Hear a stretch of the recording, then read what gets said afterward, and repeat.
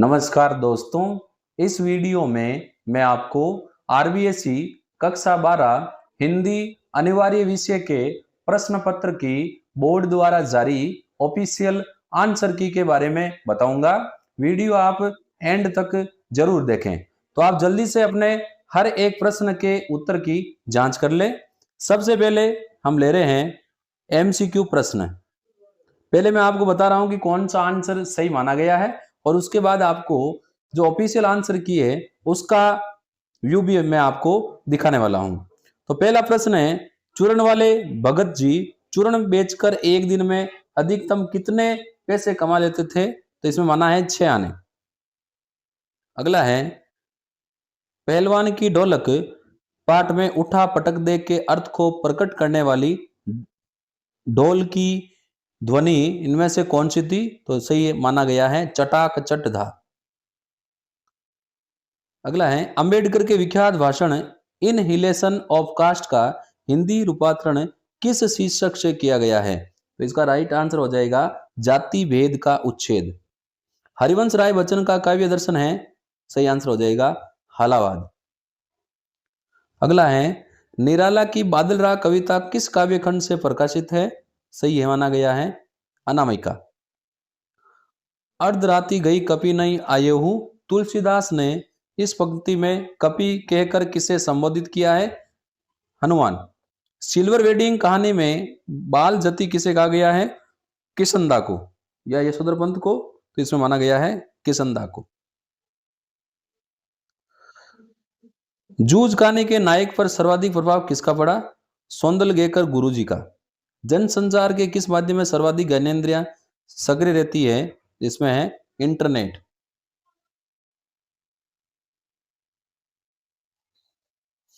भारत में वेबसाइट पर विशुद्ध पत्रकारिता करने का श्रेय किसे दिया गया है? तहलका.com। इनमें से पश्चिमी हिंदी की बोली है बुंदेली। इनमें से किस भाषा की लिपि देवनागरी नहीं है? नेपाली। अब मैं आपको जल्दी से इनके एमसीक्यू के ऑफिशियल आंसर की बता देता हूं। ये रही आपकी ऑफिशियल आंसर की। तो इसमें देखो, 6 आने चटाक चटधा, जाति भेद का उच्छेद, हालाबाद, अनामिका, हनुमान, किसंदा, सौंदलगेकर गुरुजी और बच्चे जो एमसीक्यू हैं उनमें इंटरनेट में तहलका.com, बुंदेली, नेपाली। अब चलते हैं रिक्त स्थान वाले प्रश्न।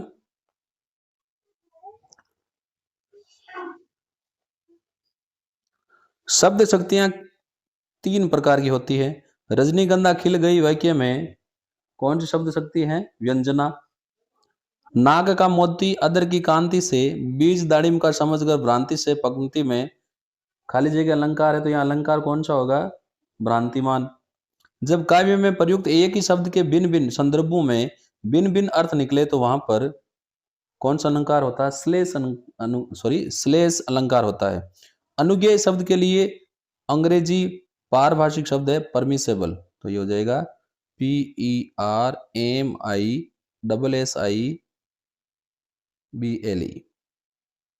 ट्रस्ट शब्द के लिए उपयुक्त हिंदी पारभाषिक शब्द है, तो यहाँ 2 माने गए हैं, न्यास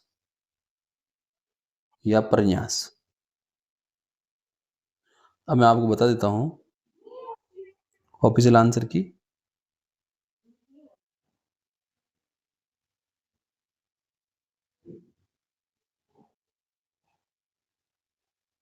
तो देखो, ये पहले खाली जगह में 3, फिर व्यंजना, भ्रांतिमान, श्लेष, परमिसेबल, प्रन्यास और न्यास।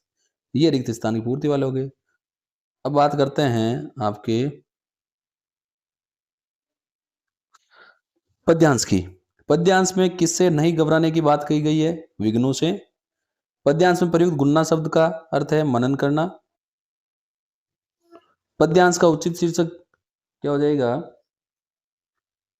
हमको वर्त दो मातृभूमि, ये हो जाएगा। और इसमें आपके गिरि शब्द का पर्यायवाची क्या हो जाएगा? अचल। ये मैं इसके आंसर आपको बता देता हूं।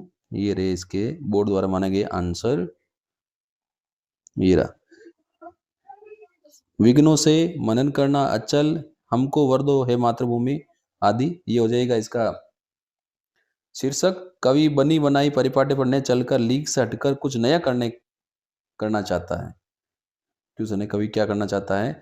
फिर कवि बुरा बोलना, देखना और सुनना नहीं चाहता, साथ ही रुकना झुकना, बाधाओं से घबराना और संत पद को छोड़ना नहीं चाहता। ये आंसर इसके माने गए हैं। प्रश्न नंबर जो 4 है, गद्यांश, कर्म रहित मनुष्य की स्थिति कैसी है? मृत्यु की। गद्यांश में प्रयुक्त गुण संधि होगी या दीर्घ संधि होगी? इसमें होगी आपके दीर्घ संधि। ए, कौन सा मनुष्य दूसरों को भी प्रिय होता है? जो स्वयं से मित्रता करता है। इसके बता देता हूं आपको आंसर, ये रहा। पहले माना है मृत्यु की, फिर दीर्घ संधि, फिर जो स्वयं से मित्रता करता है, और गद्यांश शीर्षक हो जाएगा कर्म, कर्म की निष्ठा। और इसे मिलता जुलता भी यदि आपने शीर्षक लिखा है तो एग्जामिनर आपको नंबर दे देगा।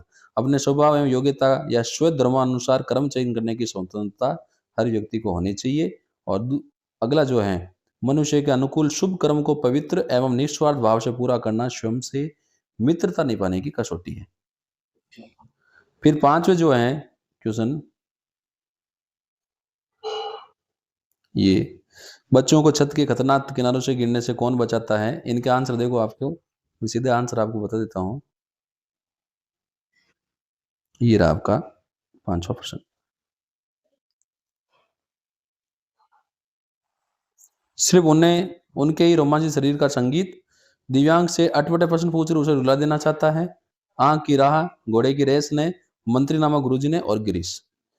फिर जो जन संसार के मुद्रिम माध्यम का संक्षिप्त विवरण कीजिए। तो इसका आंसर आपके हो गया ये,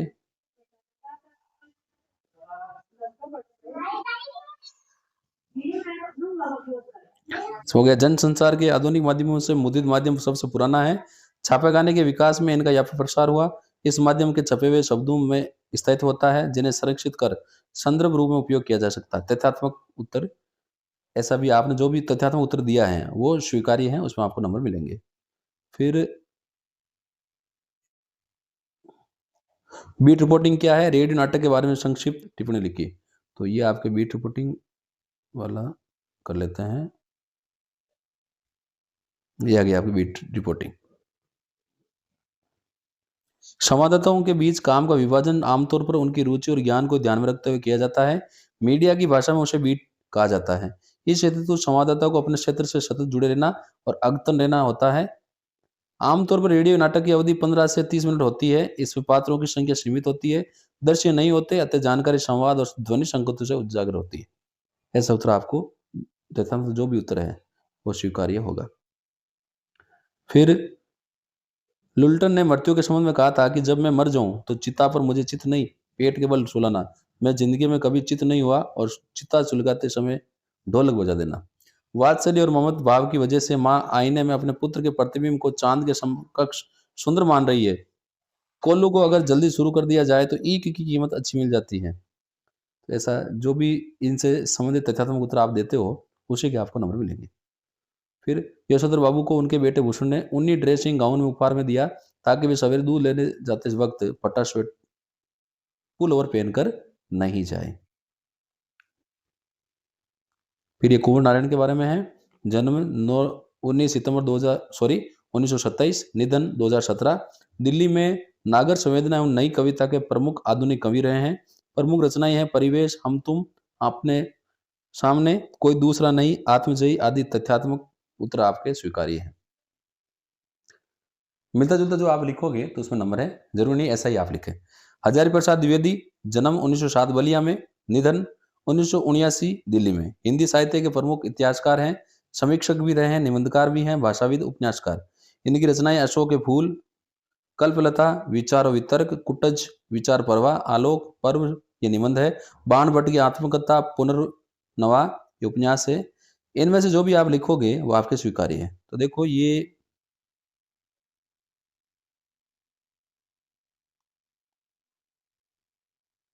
इनका साहित्यिक हो गया। उसके बाद में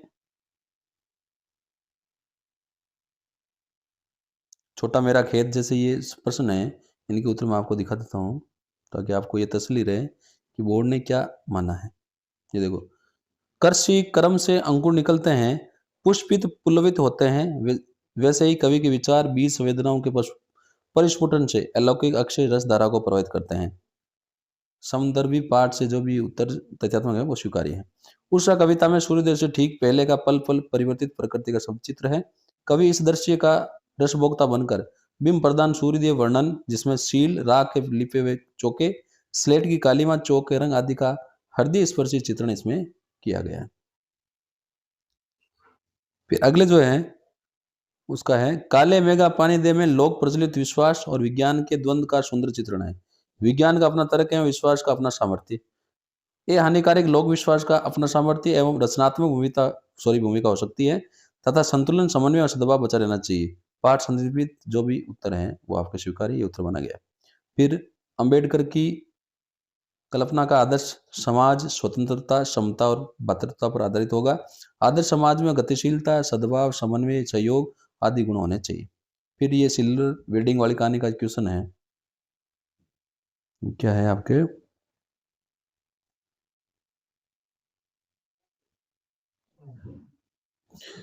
इस सप्रसंग व्याख्या मैंने आपको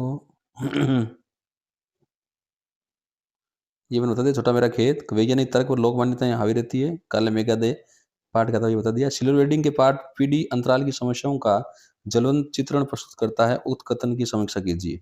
और फिर कुछ गद्यांश के हैं, इनको मैं आपको बता देता हूँ।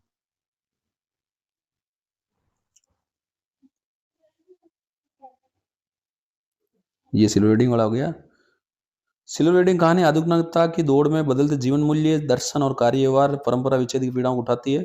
वृद्ध यशोधर बाबू, युवा भूषण चड्डा आदि के द्वंद्व को पीढ़ी के अंतराल द्वंद्व के रूप में चित्रित किया गया है। अनिर्णयता एवं खिन्नता की स्थिति में पूरे पाठ में आपको देखी जा सकती है। फिर ये मोहनजोदड़ो सभ्यता सुनियोजित, सुव्यवस्थित, रचनात्मक और अनुशासित सभ्यता थी, जिसमें भव्यता थी, आडंबर नहीं। ये सभ्यता राज पोषित न होकर समाज पोषित थी। अब अगले गद्यांश का प्रसंग पाठ भक्तिन से है। लेखिका महादेवी है। व्याख्या उपयुक्त भाव एवं शिल्प को प्रकट करने वाली व्याख्या। अथवा का है काले मेघा पानी दे, लेखक है धर्मवीर भारती और व्याख्या है उपयुक्त भाव एवं शिल्प को प्रकट करने वाली व्याख्या उत्तर रूप में स्वीकार्य। अगला प्रसंग है सप्रसंग व्याख्या में। प्रसंग पाठ है बादल राग से, कवि सूर्यकांत त्रिपाठी निराला। व्याख्या होगी उचित भाव एवं शिल्प को प्रकट करने वाली व्याख्या जो आप लिखोगे वो स्वीकार्य होगी। फिर 19वें में निबंध है और 20वें में दिए गए विषयों में से किसी एक विषय पर निर्धारित प्रारूप में लिखा गया तार्किक, तथ्यात्मक और सारगर्भित निबंध आपके स्वीकार्य है। 5 नंबर का है। तो प्यारे विद्यार्थियों, मैंने आपको आरबीएसई द्वारा जारी कक्षा 12 हिंदी अनिवार्य विषय के प्रश्न पत्र की ऑफिशियल आंसर की आपको यहाँ बताई है। ये वीडियो यदि आपके लिए यूजफुल है तो वीडियो को लाइक करना बिल्कुल ना भूलें, अपने फ्रेंड्स के साथ शेयर करें और यदि आपने अभी तक यूट्यूब चैनल को सब्सक्राइब नहीं किया है तो जल्दी से मेरे यूट्यूब चैनल को सब्सक्राइब करें और विषयों की भी मैं ऑफिशियल आंसर की आपके सामने लेकर आऊँगा। धन्यवाद।